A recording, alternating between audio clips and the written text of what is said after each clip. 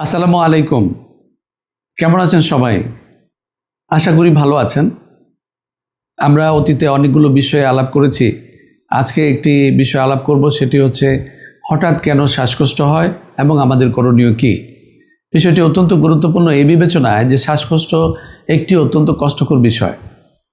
অনেক সময় মৃত্যুর অনুভূতি আসে এবং অবহেলা করলে এবং সঠিক চিকিৎসা সঠিক সময়ে না নিতে পারলে মৃত্যুর ঝুঁকি রয়েছে। আসুন আমরা জেনে নেই সংক্ষেপে যে কী কী কারণে শ্বাসকষ্ট হয় আর জরুরি পরিস্থিতিতে আমাদের কী পদক্ষেপ নেওয়া উচিত। হার্টের জন্য শ্বাসকষ্ট হতে পারে, ফুসফুসের জন্য শ্বাসকষ্ট হতে পারে, হৃদস্পন্দনের জন্য শ্বাসকষ্ট হতে পারে। এছাড়াও রয়েছে কারো যদি তীব্র রক্তশূন্যতা থাকে অথবা কোনো কারণে যদি প্যানিক অ্যাটাক হয়, তীব্র ভয়, আতঙ্ক, কোনো কারণে কোনো দৃশ্য দেখে বা কোনো অভিজ্ঞতা থেকে অথবা কোনো কারণে যদি আতঙ্ক তৈরি হয়, তাহলে কিন্তু প্যানিক অ্যাটাকের কারণেও তাৎক্ষণিকভাবে তীব্র শ্বাসকষ্ট তৈরি হতে পারে। এছাড়াও রয়েছে অন্যান্য অনেক কারণ, যদি ইনফেকশন হয়, সেপসিস হয়, সেগুলো থেকেও শ্বাসকষ্ট হয়। আসুন আমরা শুনে নেই যে হার্টের কী কী কারণে শ্বাসকষ্ট হতে পারে। হার্টের হৃদরোগে যদি কখনো হার্ট অ্যাটাক হয় অথবা যদি অ্যাকিউট করোনারি সিনড্রোম বা ওই ধরনের আনস্টেবল এনজাইনা বা এই ধরনের কোনো হার্টের যদি প্রবলেম হয়, তাহলে তীব্র ব্যথার সাথে শ্বাসকষ্টও আসতে পারে। অনেক সময় দেখা যায় যে হার্ট অ্যাটাকের ফলে হার্টের যে কার্যক্ষমতা বা ইজেকশন ফ্র্যাকশন এটি অনেকখানি কমে যায় এবং এত কম পরিমাণে কমে যেতে পারে যে দেখা যায় যে অনেক সময় সেটি থেকে শ্বাসকষ্ট তৈরি হয়। ফুসফুসে পানি জমা হয়ে যেতে পারে মুহূর্তের মধ্যেই, কয়েক মিনিটের মধ্যেই, এবং তীব্র শ্বাসকষ্ট তৈরি হতে পারে। মনে হবে যে রোগী পানিতে ডুবে যাচ্ছে, বাহির থেকে না বুঝতে পারলেও রোগীর কিন্তু ভিতরে সেই ধরনের অনুভূতি হবে, ড্রাউনিং, মনে হবে যে সে পানিতে ডুবে যাচ্ছে। কাজে সে ধরনের পরিস্থিতি ভালো করে অনুধাবন করতে হবে এবং ইমার্জেন্সি হলে ইমার্জেন্সিভাবেই ব্যবস্থা নিতে হবে। যদি কোনো পেশেন্টের বা কোনো মানুষের যদি তীব্র ব্যথা শুরু হয়, সাথে শ্বাসকষ্ট হয়, তাহলে বুঝে নিতে হবে যে তার সেই ধরনের পরিস্থিতি এসে থাকতে পারে। সেই ক্ষেত্রে বিনা বিলম্বে তাদেরকে বা সেই রোগীকে কিন্তু হাসপাতালে নিয়ে যেতে হবে জরুরি চিকিৎসার প্রয়োজনে। এছাড়াও রয়েছে কারো যদি ভালভুলার হার্ট ডিজিজ বা হার্টের যে ভালভ আছে, ভালভ যদি খারাপ থাকে সেক্ষেত্রে শ্বাসকষ্ট হতে পারে। অনেক সময় দেখা যায় যে হার্টের হৃদস্পন্দন সেটা অনেক বেড়ে যায়। এটা হতে পারে নিয়মিত বা অনিয়মিত।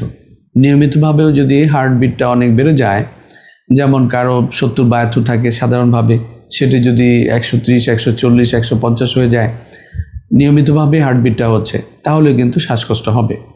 পাশাপাশি যদি এটি নিয়মিত না হয়ে অনিয়মিত হয়, ইরেগুলার হার্টবিট, তাহলে কিন্তু শ্বাসকষ্ট হতে পারে। যেমন এই ধরনের এসভিটি, ভিটি, এট্রিয়াল ফিব্রিলেশন, এ ধরনের বিভিন্ন হৃদস্পন্দন রয়েছে, অস্বাভাবিক হৃদস্পন্দন, সেগুলো থেকে শ্বাসকষ্ট হতে পারে। যদি বুকে ব্যথা বা শ্বাসকষ্ট হার্টের জন্য হয়, তাহলে বিনা বিলম্বে হাসপাতালে যেতে হবে এবং রোগীকে জরুরি চিকিৎসা নিতে হবে।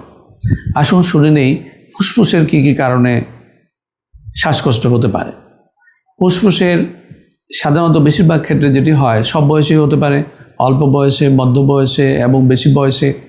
আমরা জানি যে ব্রঙ্কিয়াল অ্যাজমা একটি শ্বাসকষ্টের রোগ, যেটিকে বাংলায় হাঁপানি বলে। ছোট বাচ্চাদের হতে পারে, মাঝবয়সী বেশি বৃদ্ধদেরও হতে পারে।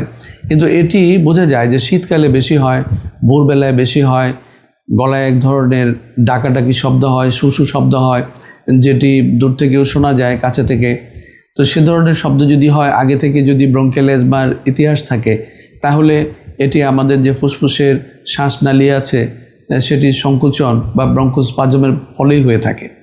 হয়তোবা ব্রঙ্কিয়াল অ্যাজমা বা হাঁপানি ছিল, ঔষধ খেয়ে বা না খেয়ে নিয়ন্ত্রণে ছিল, কিন্তু কোনো পারিপার্শ্বিক পরিস্থিতির কারণে, যেমন ধোঁয়ার মধ্যে গেলে, বিশেষ ধরনের খাবার খেলে, যেমন সি ফুড আছে, চিংড়ি মাছ আছে, বেগুন আছে, এই ধরনের, বা কোনো অস্বাভাবিক পরিস্থিতি, অতিরিক্ত ঠান্ডা, আইসক্রিম, হঠাৎ করেই কিন্তু আবার শ্বাসকষ্ট শুরু হয়ে যেতে পারে।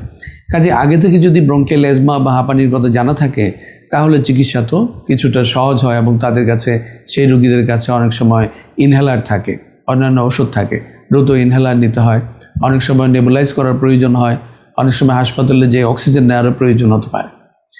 বয়স্কদের বেলায় যারা একসময় ধূমপায়ী ছিলেন তাদের মধ্যে কিন্তু এই একটা হাঁপানি হয়, যেটাকে সিওপিডি বলে, ধূমপানজনিত। সেটিও কিন্তু অনেক কষ্টকর। বয়স্কদের জন্য এটি অত্যন্ত কষ্টকর এবং তাদের নিয়মিত ওষুধ না খেলে যে কোনো সময় এটি যথেষ্ট জটিলতা এবং মৃত্যুর কারণ হতে পারে। কাজে সেই বিষয়টির প্রতি খেয়াল রাখতে হবে যে শ্বাসকষ্ট যেমন অনেক সময় ওষুধ, ইনহেলার, নেবুলাইজার এগুলোর মাধ্যমে শ্বাসকষ্ট নিয়ন্ত্রণ হয়, আবার অনেক সময় কিন্তু এটা একটা লাইফ থ্রেটেনিং বা জীবন নাশকারী রোগের ইঙ্গিতও হতে পারে। কাজে প্রজ্ঞার সাথে এটি বিবেচনা করে দেখতে হবে যে কোন জায়গায় আপনি বাসায় চিকিৎসা নিতে পারেন আর কোন জায়গায় আপনাকে অ্যাম্বুলেন্স ডেকে দ্রুত হাসপাতালে যেতে হবে।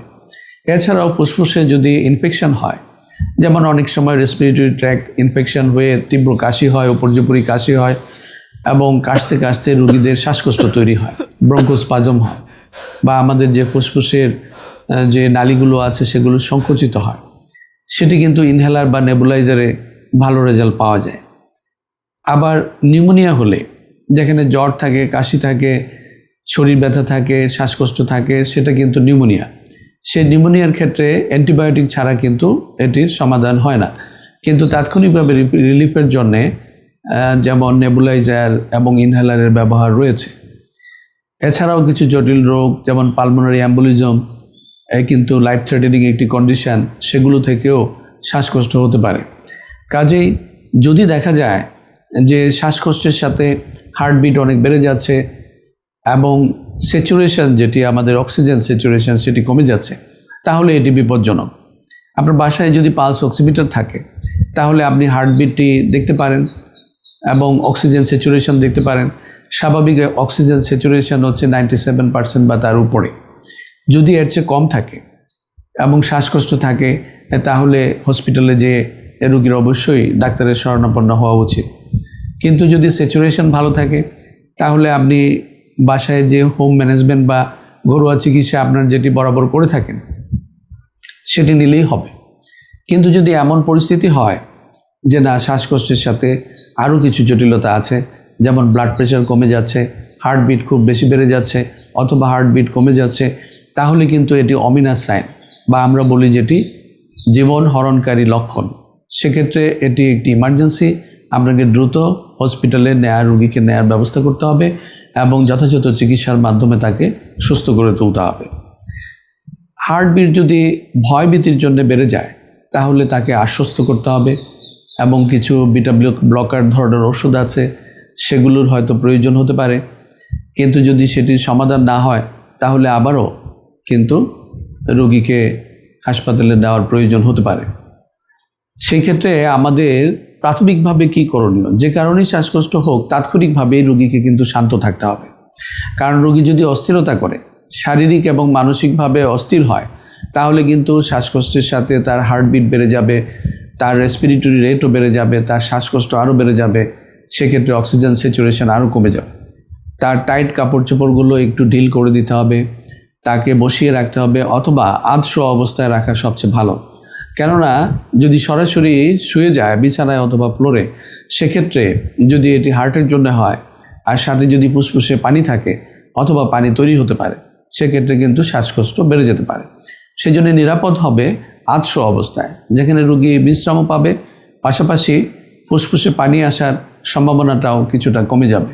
অ্যাজমা রোগীদেরও কিন্তু সরাসরি চিত হয়ে শুলে শ্বাসকষ্ট কিছুটা বেশি লাগে। ধূমপান এবং ধোঁয়া থেকে অবশ্যই বিরত থাকতে হবে। কফি, চা এগুলো খেলে কিন্তু হার্টবিট বাড়ে এবং শ্বাসকষ্ট আরও বেড়ে যেতে পারে। কাজে সেই বিষয়গুলোর প্রতি যত্নবান হন আর বিষয়টি গুরুত্বের সাথে অনুধাবন করে হাসপাতালে যে চিকিৎসকের পরামর্শ নিন। সুস্থ থাকুন, ভালো থাকুন। ধন্যবাদ।